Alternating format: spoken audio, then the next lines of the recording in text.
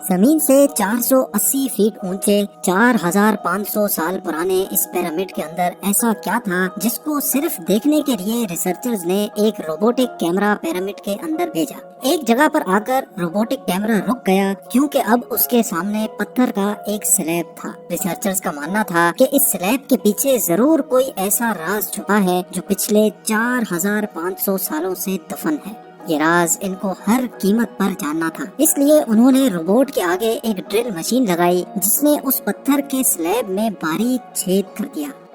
اب اس چھید کے اندر ایک کیمرہ بھیجا گیا جس نے سلیب کے اس پار ایک ایسا منظر دیکھا جو پچھلے 4500 سالوں سے کسی نے بھی نہیں دیکھا تھا۔ زمین مصر یعنی ایجپٹ میں ٹوٹل 138 اونچے ترین پیرامڈز موجود ہیں جنہوں نے پچھلے ہزاروں سالوں سے درجنوں ارتھکویکس اور کئی خطرناک طوفان کا سامنا کیا، لیکن مجال ہے ان میں سے کوئی ایک بھی ادھر سے ادھر ہوا ہو۔ ان میں سے سب سے اونچا اور بڑا pyramid the great pyramid of Giza کہلاتا ہے، اور اس پیرامڈ کی بیس کا ایریا 13 ایکڑز ہے۔ یعنی اس پیرامڈ کے اندر حیرت انگیز طور پہ ایک دو نہیں بلکہ پوری 9 فٹ بال فیلڈز آرام سے فٹ آ سکتی ہیں۔ ایک ایسٹیمیٹ کے حساب سے اس پیرامڈ میں ٹوٹل 23 لاکھ بڑے بڑے پتھروں کا استعمال ہوا، جن میں سے کئی پتھروں کا وزن 50 ٹن بھی تھا۔ اگر اس کے ٹوٹل وزن کا اندازہ لگایا جائے تو اس پیرامڈ کا وزن 60 لاکھ ٹن ہے، جو 12 برج خلیفہ کے وزن کے برابر بنتا ہے۔ لیکن اتنے اونچے اور عالی شان پیرامڈز بنانے کا آخر مقصد کیا تھا؟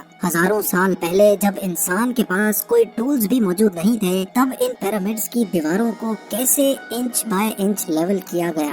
کیسے 50 ٹن وزنی پتھروں کو اسکوائر شیپ میں کاٹ کر بغیر کرین کے ہی 480 فیٹ اونچائی تک پہنچایا گیا؟ اور ان کو بنانے میں ایسے کون سے انجینئرز کا ہاتھ تھا جنہوں نے ان پیرامڈز کو ارتھ کوئک پروف کے ساتھ ساتھ ان کی تمام سائڈز کو ایگزیکٹلی 51.5 ڈگری کے اینگل پہ سیٹ کیا؟ یہ سب آپ جان سکیں گے آج کی اس ویڈیو میں، تو آئیے شروع کرتے ہیں۔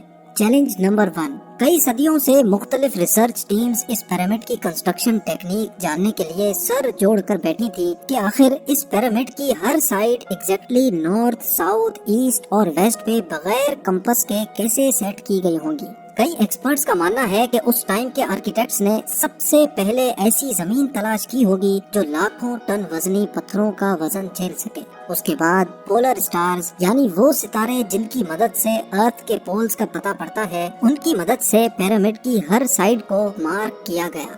نہ کوئی کمپس اور نہ ہی کوئی آپٹیکل انسٹرومنٹ، صرف اس بیسک ٹیکنیک سے ہزاروں سال پہلے اس پیرامڈ کی ڈائریکشن سیٹ کی گئی، اور وہ بھی 0 ایررز کے ساتھ۔ Challenge number 2۔ اگلا چیلنج تھا زمین کو لیول کرنے کا۔ جس 13 ایکڑ کی زمین پر اس پیرامڈ کو بننا تھا، اس کا لیول تھوڑا سا بھی آؤٹ ہوتا تو 23 لاکھ پتھروں کے اس پہاڑ کا کھڑا ہونا بالکل بھی ممکن نہیں تھا۔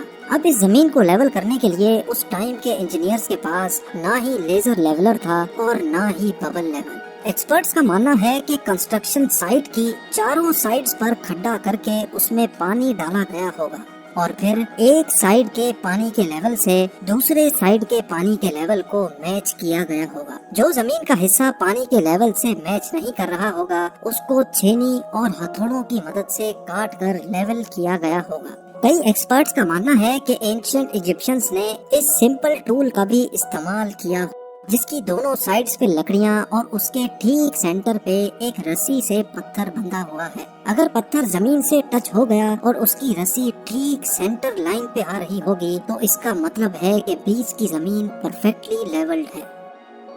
Challenge number 3۔ اب پیرامڈ کنسٹرکشن سائٹ پہ ڈائریکشنز بھی سیٹ تھی، مارکنگز بھی ہو چکی تھی اور زمین کا لیول بھی سیٹ تھا۔ اب باری تھی کنسٹرکشن سٹارٹ کرنے کی، جس کے لیے لاکھوں ٹن وزنی اور بڑے پتھر ریکوائرڈ تھے۔ لیکن یہ پتھر کاٹنے کے لیے نہ ہی ان کے پاس گرائنڈر تھے اور نہ ہی جیک ہیمرز، لیکن پھر بھی انہوں نے 50 ٹن وزنی پتھر کاٹے بھی اور ان کو اسکوائر یا ریکٹینگل شیپ بھی دیا۔ لیکن آخر کس کی مدد سے؟ جی ہاں، یہی وہ صرف ایک ٹول تھا جس کی مدد سے پتھروں کو کاٹا گیا۔ ایکسپرٹس کا ماننا ہے کہ پیرامڈ کی کنسٹرکشن پہ استعمال ہونے والی چھینی صرف کاپر سے ہی نہیں بنی تھی، کیونکہ ان کو بھی یہ بات معلوم تھی کہ کاپر نرم ہوتا ہے اور پتھر نہیں کاٹ سکتا، اس لیے اس میں ایک کیمیکل آرسینک بھی شامل کیا گیا تھا۔